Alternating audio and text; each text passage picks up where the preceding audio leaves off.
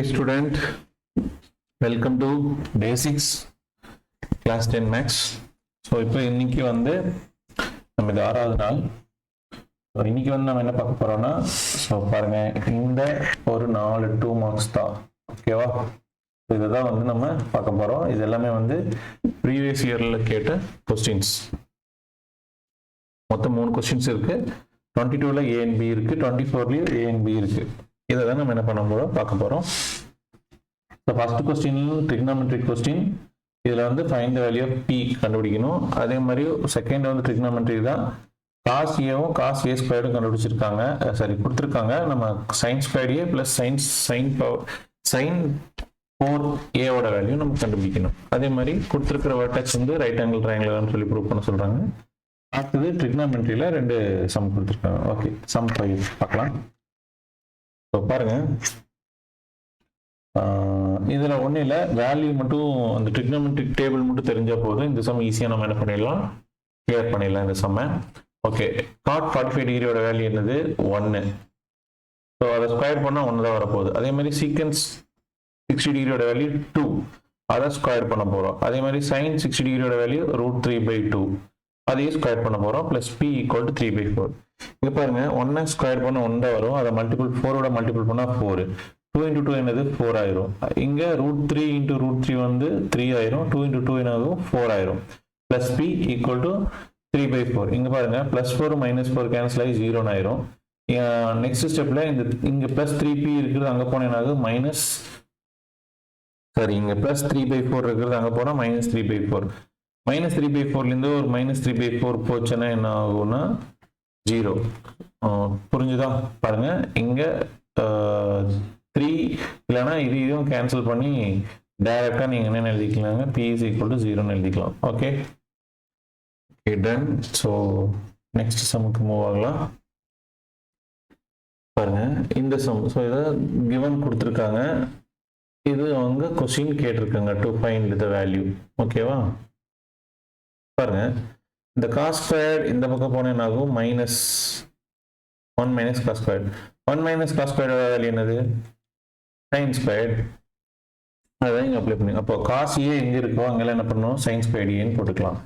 So இங்க ஆப்போசிட்டா நம்ம திங்க் பண்ணணும். சைன் ஸ்கொயர் ஏ வர இடத்துல எல்லாம் என்ன பண்ணணும், காஸ் ஏ போடணும். ஓகே, இங்க சைன் ஸ்கொயருக்கு பதில் என்ன பண்ணிக்கலாம், காஸ் ஏன்னு போட்டுக்கலாம். அப்போ sin power 4 என்ன பண்ணலாம், ஸோ இதை ஸ்கொயர் பண்ணிக்கோங்க. ஸ்கொயரிங் அண்ட் போத் சைட் போட என்னது, sin power 4 ஈக்குவல் டு இங்க cos squared a.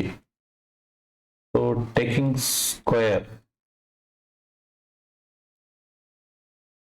ஓகேவா? சரி, ரைட், அவ்வளோதான்.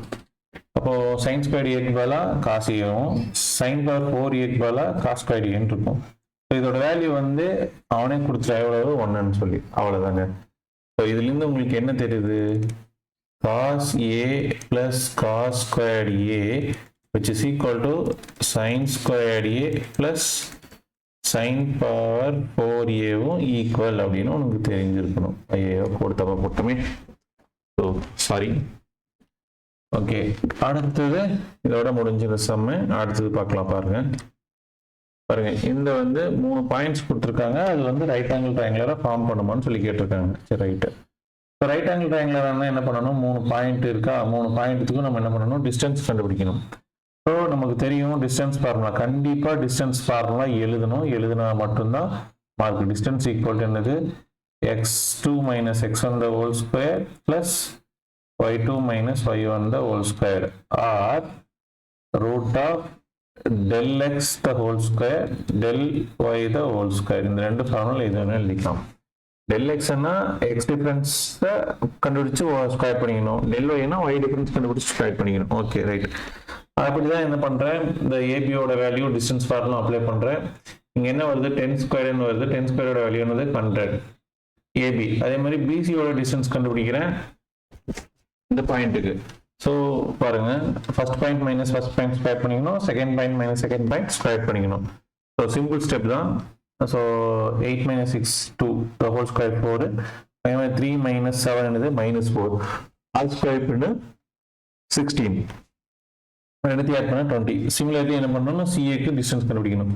அப்ப டிஸ்டன்ஸ் கண்டுபிடிச்சா என்னது, இது √80. இது வந்து என்ன பண்ணுது, சாட்டிஸ்ஃபை பண்ணுது பித்தாகரஸ் தியரத்தை. ஸோ பித்தாகரஸ் தியரம் எப்படி வந்து பெரிய லாங்கஸ்ட் சைடு எதுன்னு பாருங்க. இங்க √20, √80, √100 லாங்கஸ்ட் சைடு அப்சல்யூட்லி ஏபி தான். அப்போ அதை ஸ்கொயர் பண்ணுங்க. AB square is equal to BC square plus CA square. Tally ஆகுதுன்னு பாருங்க. இங்க 100, இங்க √20 ஸ்கொயர் பண்ண என்னது 20, அதே வந்து அது 80.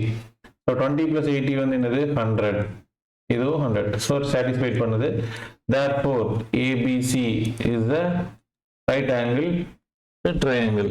எங்க வந்து ரைட் ஆங்கிள் கிரியேட் பண்ணுதுன்னு சொல்லி கண்டுபிடிக்கணும்னா காமனா எங்க இருக்கு பாருங்க, சி.